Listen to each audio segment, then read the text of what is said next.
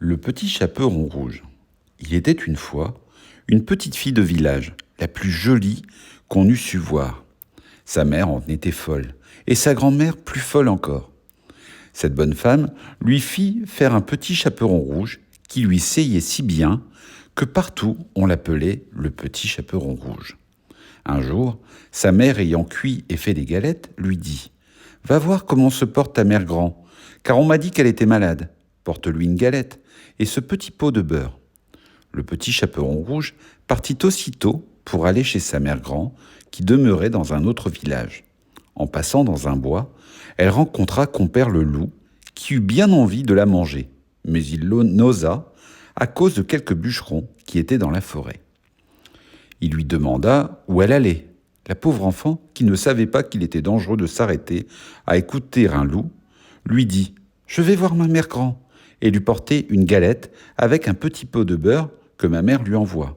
« Demeure-t-elle bien loin ?» lui dit le loup. « Oh oui !» lui dit le petit chaperon rouge. « C'est par-delà le moulin que vous voyez tout là-bas, à la première maison du village. »« Eh bien, dit le loup, je veux l'aller voir aussi.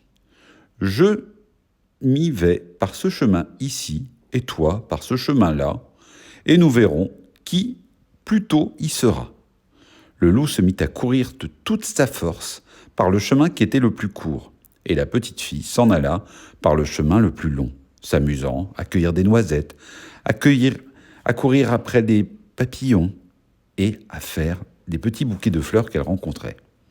Le loup ne fut pas longtemps arrivé à la maison de la mère grand.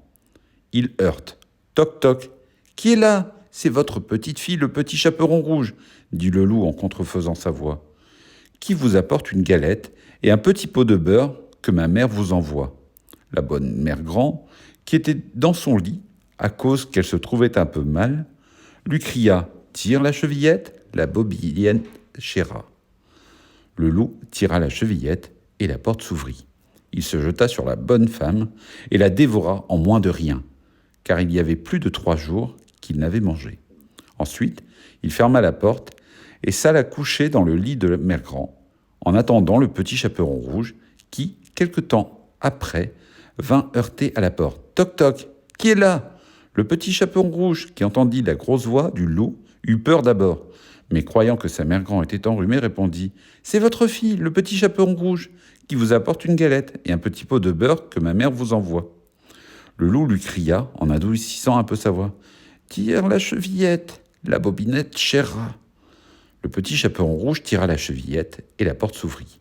Le loup, la voyant entrer, lui dit en se cachant dans le lit, sous la couverture « Mets la galette et le petit pot de beurre sur la huche et viens te coucher avec moi. » Le petit chaperon rouge se déshabille et va se mettre dans le lit, où elle fut bien étonnée de voir comment sa mère grand était faite en son déshabillé.